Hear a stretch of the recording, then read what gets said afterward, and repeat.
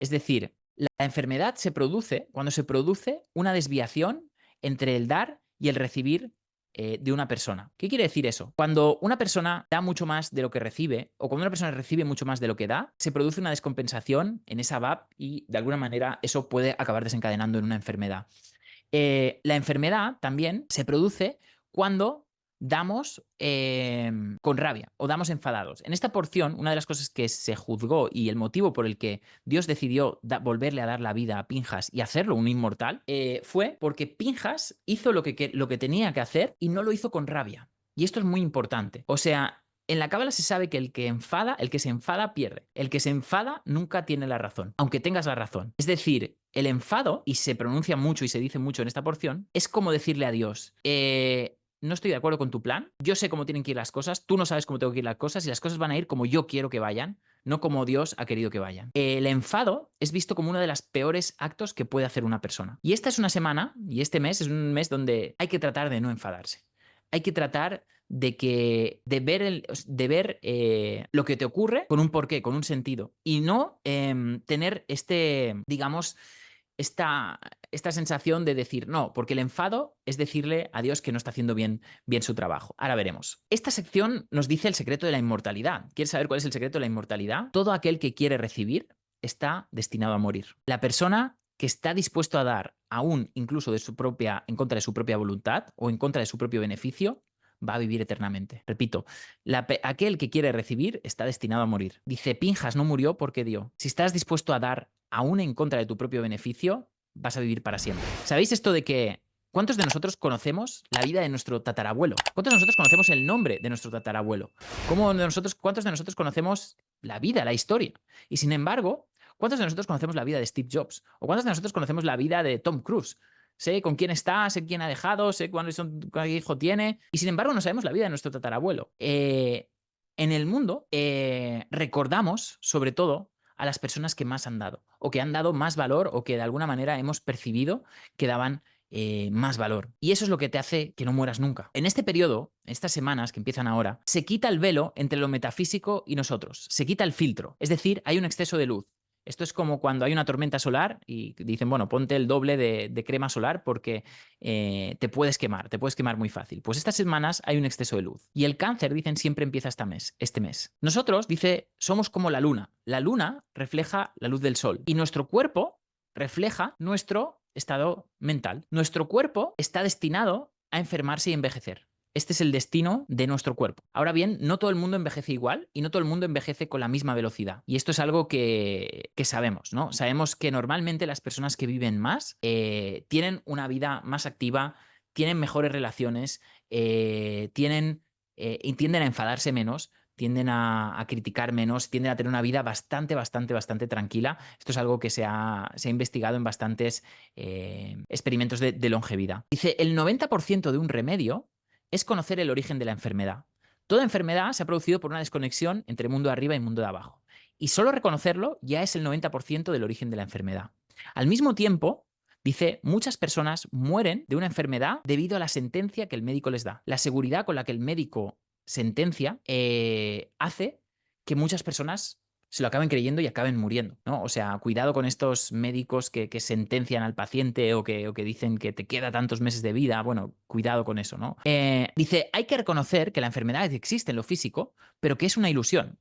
Por eso hay muchas personas, de hecho, tengo varios casos de personas que se han curado de cánceres con metástasis, personas que se han curado de situaciones muy complicadas, porque hay que entender que al igual que se ha creado, al igual esta enfermedad podría desaparecer. La enfermedad es una sombra y no puedes cambiar una sombra. Esto es una de las cosas que más nos pasan a nosotros, ¿no? El ser humano es experto, no sé si aquí se me ve la sombra, ¿no? Aquí mi mano proyecta una sombra. Y muchas veces yo estoy intentando cambiar la sombra. Y digo, oye, pero ¿por qué? Es que no cambia la sombra. Pero es que, claro, la sombra, nuestro cuerpo es la sombra. Pero lo que mueve la sombra es mi mente.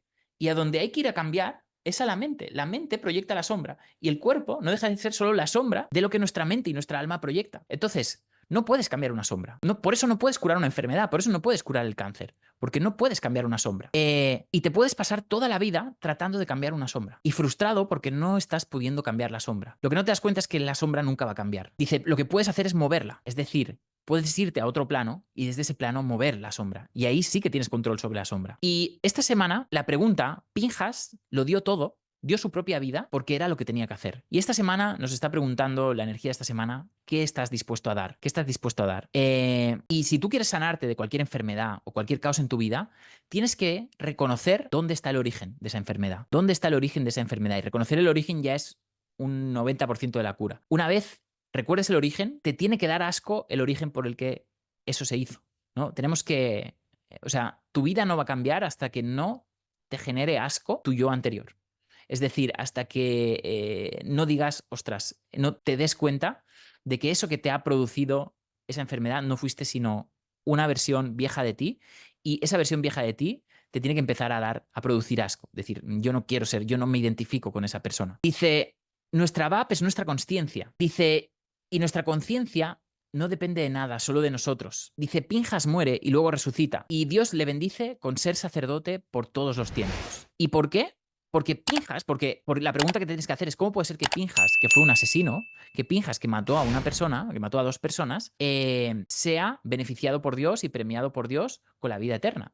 Dice, sí, dice Pinhas, lo que hizo Pinhas es que los mató por compasión, porque Pinhas sabía que si los mataba él nunca sería sacerdote, pero los mató por compasión con ellos. Es decir, la compasión los mató no por la geburá, no por la venganza, sino por compasión hacia ellos mismos. Dice, ¿cuál es el propósito de la creación? Que la luz reciba, que la vasija reciba infinito placer. Dios creó una vasija para experimentarse a sí mismo.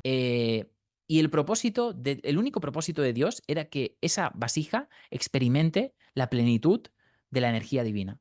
Entonces, aquí se crea esta pequeña incoherencia entre que como una parte puede tener la consciencia del todo y cómo una vasija puede tener el infinito placer, que es la energía del todo. Dice, ¿y por qué existe el sufrimiento?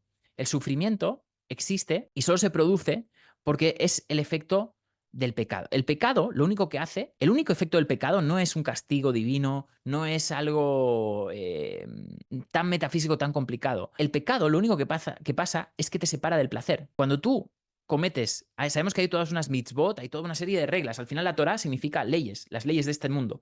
Cuando tú incumples las leyes de este mundo, lo único que ocurre es que dejas de tener placer, ¿no? El otro día hablaba con una persona que era una persona que había estado, bueno, pues había tenido una relación dentro de su matrimonio, había tenido una relación con otra mujer durante 8 años, o durante 8 años había estado engañando a su mujer. Y esa hoy en día era una persona muy desgraciada, era una persona, o sea, no muy desgraciada, pero una persona muy triste, una persona con depresión, una persona... Porque al final, lo único que te hace el no cumplir una mitzvot es que te perjudica a ti mismo. O sea, la persona que engaña a la otra persona, en realidad el que se está perjudicando es al mismo. Es decir, al único que te perjudicas cuando tú criticas a otro, al único que te está perjudicando es a ti mismo. El otro sigue exactamente igual. En realidad, en esa relación, el que salió peor parado fue él que hizo esta infidelidad.